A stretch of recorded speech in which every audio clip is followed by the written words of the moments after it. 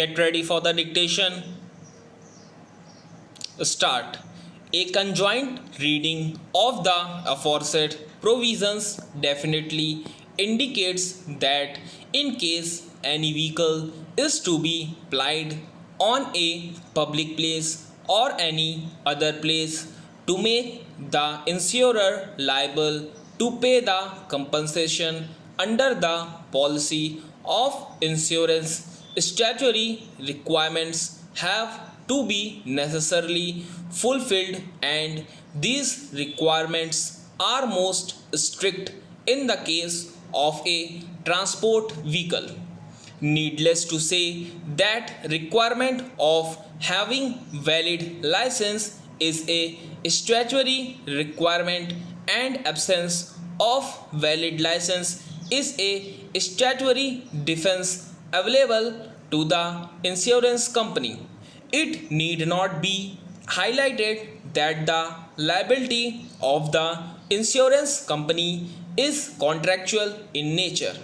Insurer is only an indemnifier, and he basic liability is on the wrongdoer, that is the driver. Thereafter, the owner is vicariously liable for wrong committed by his employee oblique agent. It is only by virtue of the contract of insurance between the owner of the vehicle and the insurance company as per chapter 9 under section 147, the insurer is liable to indemnify the owner for third party risk. The law as developed is that in case of breach of any policy condition after making payment to the claimant as it is beneficial legislature, the insurer can recover the amount from the owner in case of breach of any policy condition. Under the policy as per the statutory requirements, a vehicle owner is under statutory obligation to have itself vehicle registered.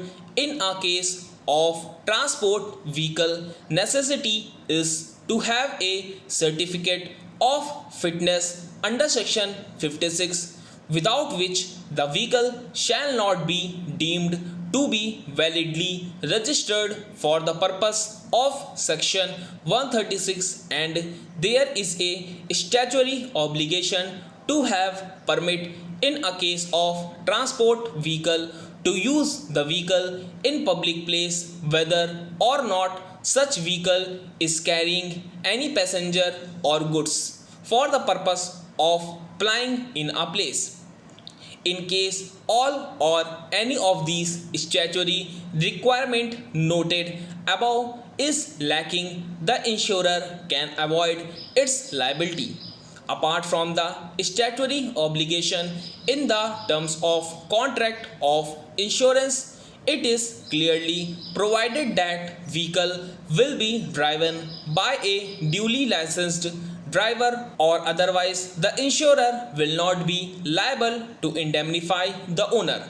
Having noticed above statutory requirements, the most pertinent thing to my mind is that statutory requirements may not have any relevance with the actual cause of accident or the negligence or the manner in which the accident had taken place.